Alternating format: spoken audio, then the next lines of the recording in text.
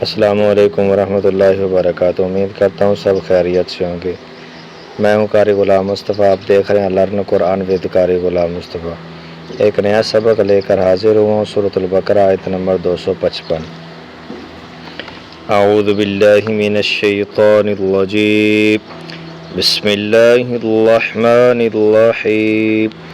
اللہ لا الہ الا هو الحی القیوم لا تأخذه سنة ولا نوم له ما في السماوات وما في الأرض من ذا الذي يشفع عنده إلا بإذنه يعلم ما بين أيديهم وما خلفهم ولا يحيطون بشيء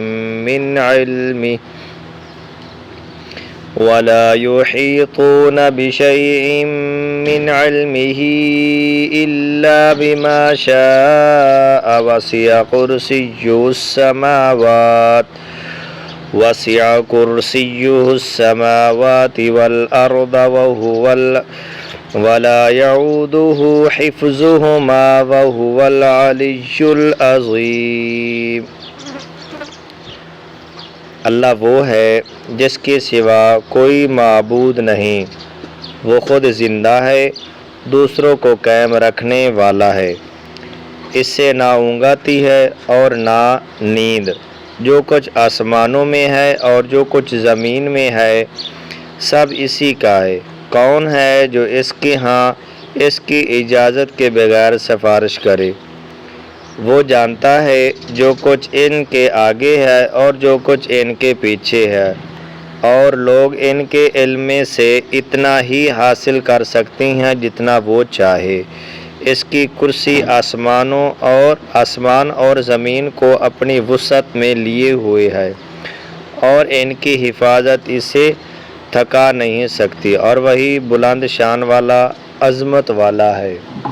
اسی آیت مبارکہ کی تفسیر میں دیکھتے ہیں کہ مفسرین اکرام کیا فرماتے ہیں۔ اللہ لا الہ الا ہو، اللہ وہ ہے جس کے سوا کوئی معبود نہیں۔ اس آیت میں اللہ تعالیٰ کی الوہیت اور اس کی وحدانیت کا بیان ہے، اور اس آیت کا خلاصہ یہ ہے کہ اللہ تعالیٰ واجب الوجود اور عالم کو ایجاد کرنے اور تدبیر فرمانے والا ہے، اور اسے نہ نیند آتی ہے اور نہ اونگ، کیونکہ یہ چیزیں عیب ہیں اور اللہ تعالیٰ نقص العیب سے پاک ہے۔ آسمانوں اور زمین میں جو موجود چیز کا وہی مالک ہے، جو چیز موجود ہے اور اسی کا مالک ہے، اور ساری کائنات میں اسی کا حکم چلتا ہے۔ تو جب سارا جہان اس کے مالک ہے تو سارے جہان کی مالک ہیں تو اس کا شریک ہو سکتا ہے؟ مشرکین یا تو ستاروں اور سورج کو پوجتے ہیں جو آسمانوں میں ہیں، یا ردیا اور پہاڑوں، پتھروں، درختوں، جانوروں، آگ وغیرہ کی پوجا کرتے ہیں جو زمین میں ہیں۔ تو جب آسمانوں اور زمین کی ہر چیز اللہ تعالیٰ کی ملک ہے تو یہ چیزیں کیسے پوجنے کے قابل ہو سکتی ہیں؟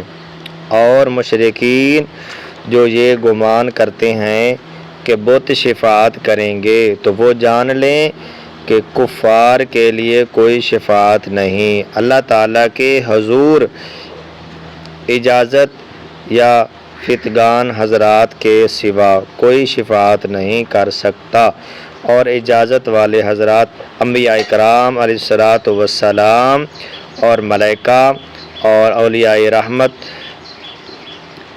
اللہ تعالیٰ علیہ اور مومنین، اللہ تعالیٰ کی ہر چیز کا علم رکھتا ہے، خواہ اس کا تعلق لوگوں سے ما قبل کا ہو یا ما بعد کا، اور اللہ تبارک و تعالیٰ جسے جتنا چاہے علم عطا فرما دے۔ اللہ تبارک و تعالیٰ عمل کی توفیق عطا فرمائے اور اس آیت مبارکہ کے اوپر عمل کرنے کی توفیق عطا فرمائے، آمین۔